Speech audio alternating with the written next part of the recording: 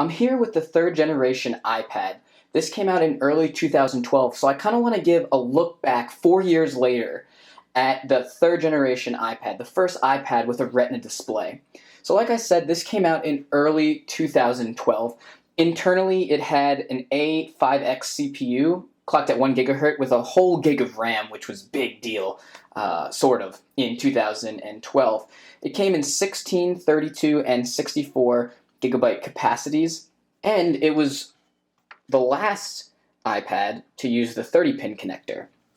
Like I said, this was the first device that featured a retina display, so 2048 by 1536. And I'll tell you, and if you look back at the review that I made of this device in 2012, it was definitely the best at the time. And it was something that not only was it the best, but it really pushed other display manufacturers and even Apple to continue to improve that tech each year. Now we have phones with QHD displays and tablets with super high resolution. And it was really Apple with this third generation iPad pushing the gauntlet forward. That was the first step towards having extremely crisp playback and video reproduction on these devices. So just to kind of finish the tour of the device, it's actually held up really well. There are a couple scratches that you probably can't see on the display itself, but there's never been a screen protector on here. Otherwise, really nothing in terms of damage on it. On the front, you have at the top a FaceTime camera at 0.3 megapixels, so really low, especially by today's standards. On the back, you had a 5 megapixel camera that could record up to 1080p video recording. The device is kind of like you can see, it's a big boy. So it's about 1.5 pounds, 1.44 pounds for the Wi-Fi only model, and it's slightly heavier for the cellular option. The dimensions are 9.5 inches tall by 7.31 inches across and 0.37 inches thick. It also has, on the side, your volume up and down, as well as a lock key that you could configure to be either a lock key or a volume mute key. Again, the home button here, and power button and microphone jack or headphone jack on the top. So I kind of want to talk about a little bit about today.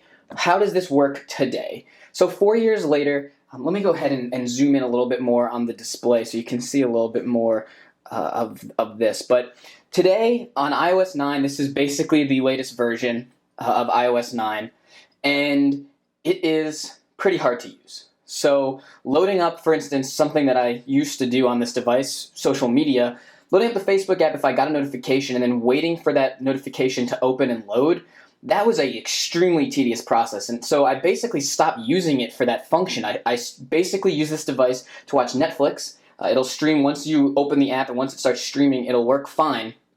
But it takes a while to open. So tasks like browsing the web, checking social media, that you're constantly doing things, become very cumbersome very quickly. So I'll launch a couple apps to show you. So we can try Mail. Click on that. I have disabled some of the transition features to make it a little bit faster, but you can see that was a very slow thing. Let's open up Bleacher Report, Team Stream for my sports news. It's a slow process, and again, if we just try to open up a folder, there's lots of delay. So that's something to keep in mind. Basically, this device is just underpowered for running iOS 9 and running modern applications. The things I showed you were just little delays and kind of give you a little taste for how slow it is, but if you even tried to game on here, that would be very, very difficult. Like I said, though, the device itself is in really good condition. It's been in this case, which you saw in a review a long time ago, and there's really no damage to it. We can go, I'll show you some battery information. Basically, the battery still works the same way it did. If we go to battery here, the usage will load in a second. Some of the apps I tested before this video, so that's why some of them open a little quicker than I was expecting. That I didn't, and you could see kind of how slow it was. But if you look down here, time since last charge, over 9 hours. Battery percentage indicator up here, if you can see it, I'll scoot down a little bit. It says 18%. So you'll get about that 10 to 10.5 range that you were still getting. So that's pretty impressive for a device that, for Netflix purposes and Spotify purposes, I use almost every single day. So that's pretty impressive.